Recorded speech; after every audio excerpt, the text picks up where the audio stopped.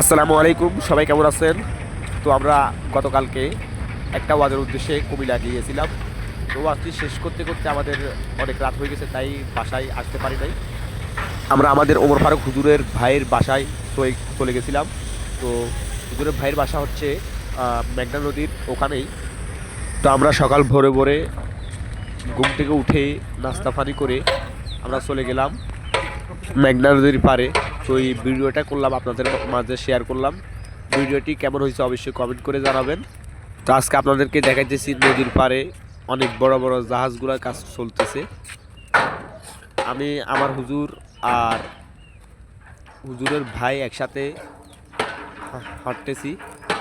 আর ভিডিওটি ভালো লাগলে শেয়ার করে দিবেন অবশ্যই। এই যে বড় বড় জাহাজগুলোর কাজ এখনও চলতেছে।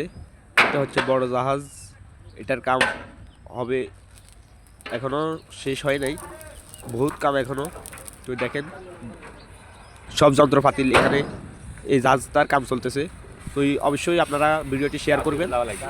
ভিডিওটি কেমন হয়েছে অবশ্যই কমেন্ট করে জানাবেন। আমরা কিছুক্ষণ পরেই বাড়ির উদ্দেশ্যে রওনা হব ইনশাআল্লাহ। সবাই দোয়া করবেন। এখানে নতুন নতুন জাহাজগুলো বেশিরভাগ চায়না ইঞ্জিনিয়ারিংয়েরা কাজ করে। এই দেখেন কত বড় বিশাল বিশাল জাহাজ।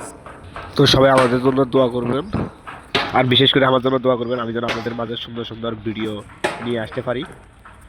সবাইকে সালাম জানাই।